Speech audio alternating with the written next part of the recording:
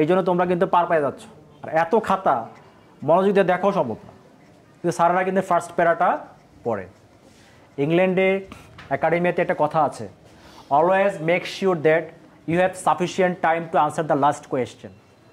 ঠিক, always make sure that you have sufficient time to answer the last question. রাইটিংয়ের ক্ষেত্রে এটা খেয়াল রাখবা, সবসময় এটা অ্যান্সার করতে হবে সর্বশেষ প্রশ্নটা লেখার জন্য আমার পর্যাপ্ত সময় আছে। আমরা কি প্রথমটা একটু এমনভাবেই লিখি, লিখে দ্বিতীয়টা একটু কমায় লিখি, তৃতীয়টা কমায় লিখে লিখতে লিখতে যে লাস্টেরটা ছেড়ে দিয়ে চলে আসে, এটা কিন্তু আলটিমেটলি নাম্বার কমে যায়।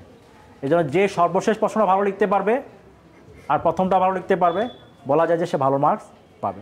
একটা ইউনিফর্মিটি থাকতে হবে, একটা 8 পৃষ্ঠা লিখলে একটা 9 পৃষ্ঠা বা 7 পৃষ্ঠা হবে, একটা 8 পৃষ্ঠা লিখে একটা 4 পৃষ্ঠা লেখা যাবে না, ঠিক আছে?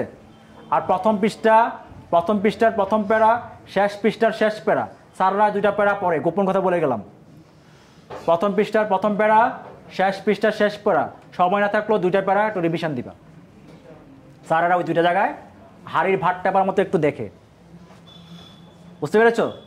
আর স্যাররা এত অভিজ্ঞ যে কোন জায়গায় ভুল করবে আগের থেকে জানে, ওই জায়গাটাকে টিপ দেয়, বুঝছো? ওকে। আর ভোকাবুলারি কীভাবে মনে রাখতে হয়, প্রায় 16-17টা প্রসেস আমি আমার নতুন বইয়ের মধ্যে লিখছি, ভোকাবুলারি একটা বই বের করছি, 16-17টা প্রসেস বৈজ্ঞানিক মেথড লিখেছি। একটা হচ্ছে স্পেস রেপিটেশন, একটা বলে দিলাম, সবচেয়ে ইম্পর্টেন্টটা কি স্পেসড রেপিটেশন। তাকেই তোমার সবচেয়ে বেশি মনে থাকবে যে তোমার চোখের সামনে বারবার আসবে, যার সাথে তোমার বেশি ইন্টারাকশান হবে, তাকে তুমি কোনোদিনও ভুলবে না, রাইট? একটা নতুন শব্দ শিখেছ, স্পিকিংয়ে ইউজ করো 3-4 বার, রাইটিংয়ে ইউজ করো 4-5 বার, এই 7-8 বার যদি ইউজ করতে পারো তাহলে এটা তোমার সম্পত্তি হয়ে যাবে। কী হয়ে যাবে? সম্পত্তি হয়ে যাবে।